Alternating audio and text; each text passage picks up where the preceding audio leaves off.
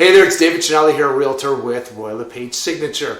Well, this cool weather we got right now is having zero effect on the housing market here in the GTA. And in fact, we had the second highest amount of sales on record for October last month.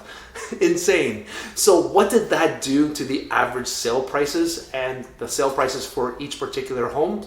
Let's jump to the numbers to find out.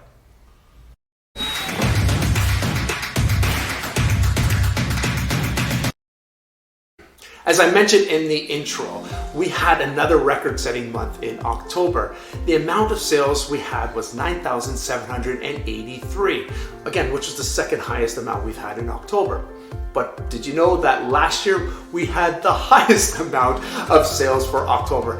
Yeah, just after the lockdown, we had the most amount of sales. In fact, last year compared to this year, we're down about 6.9%. But why exactly is that? Well, you gotta remember last year was a little bit of a different market. We had the lockdowns as of the middle of March, which pushed out our spring market to the later months. So any kind of sales we had after, say, May, all of those numbers were artificially inflated.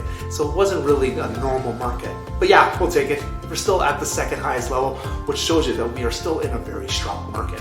And if we break down the number of sales by major home types, all of the major home types, except for one market, had decreases in average sales compared to that crazy market we had last year. I guess which segment that is? Well, it's the condo segment. Now, why exactly is that? Last year at this time, residents of condos were actually trying to get out of condos. There was no longer a need for people to be close to work as they were working from home. Students no longer needed to commute back and forth to work. Again, there was a lot of people just exiting the condo markets. And if you were living in a condo, you couldn't even use your amenities. So those condo residents were looking for alternative solutions for them to live. Some of them were even moving back home. Also during this time, there was no Airbnbs allowed in the condos. So therefore, we had a lot of owners putting their homes on the market, and as I mentioned, demand really decreased. So you can just see how the amount of sales we had last year was really different than we are currently seeing today. Fast forward to today, a lot of the condo corporations are opening up amenities, allowing the condo residents to really enjoy what they're paying for in their maintenance fees. Not to mention businesses and schools are also opening up and allowing students and employees to come back to work. And if you're looking for price point, well, we know that the condo segment is a cheaper alternative when looking at other major home types. To that degree, demand has increased to the point that we had an almost 29% increase in sales this year compared to last October. Demand for all home types in the GTA is pretty high. As you can imagine, things are selling fairly quickly, but we are still facing one major problem, an inventory shortage. The amount of new listings was down this year about 1/3 when compared to October of 2020, and active listings was down more than 50%. The months of inventory stat in certain areas is quite alarming. If you don't know what that is, well, the months of inventory stat indicates to us that if no new listings came to the market, how many months would it take for all of the listings to sell out? In a balanced market where it's neither buyer or seller market, this number is usually between 4 to 6 months. So scanning the whole GTA, there are two areas which are glaring obvious that are in need of some inventory.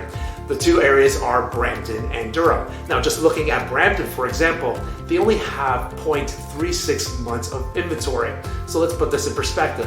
If no new listings came to the market, all of the current listings would be sold between 8 to 10 days. That's insane. And as we said before, simple economics, we know we have high demand and low inventory, so it is no surprise that all of average prices across all major home types are increasing. The average sale price for October for all major home types in the GTA was $1,155,345. This represents about a 19% increase compared to last year. If we're breaking down all major home types, the first segment we want to pay attention to, which a lot of people are concerned about is the detached segment. Well, if you're purchasing a home in the GTA, the average price for a detached home this past October was $1.54 million. This represents a 27.7% increase compared to October of last year. The average price of a semi-detached home will run you $1.15 million. This represents a 24.1% increase. And townhomes, well, their average price is just under $1 million. This represents a 27.9% increase. And finally, the condo segment, which we talked about earlier, where the average price is just over $700,000. And this is a 13% increase compared to last year. Now, if you're wondering how specific areas in the GTA are also performing, well, I'll give you a quick rundown of the 6 major areas here in the GTA. Average price in Toronto is about $1.1 million. This is a 9.4% increase. Mississauga is just under $1 million, and their average price is up 13.5%. Brampton's average price is $1,085,000. This is a 25.4% increase. Oakville's average price is about $1.5 million, and this represents a 15.2% increase. And York region is hovering around the 1.4 average price mark, and this represents a 24.4% increase. And the Durham region, which I mentioned had really low levels of months of inventory, where their average sale price was $988,000. This represents a 33.5% increase, which is the highest among the 6 areas in the GTA. The story this month is pretty much the same as I've been saying all year. We have low levels of inventory, high demand, and low interest rates. All of these factors are increasing the average sale price each and every single month. So we do know that the government has announced that next year they are going to increase interest rates, which really could affect the market. When this is going to happen and what the interest rate increases are going to be is the only thing we don't know. But we do know that it should affect the market and maybe not favorably. So if you're wondering when is the best time to sell, now is probably your best option. So if you're thinking about making a move and you want some help, please feel free to reach out. You can always call or text me at 416-876-9998 or email me at dcinelli@royallepage.ca. I really would love to help you and I hope to see you all soon. Have a wonderful day. Bye for now.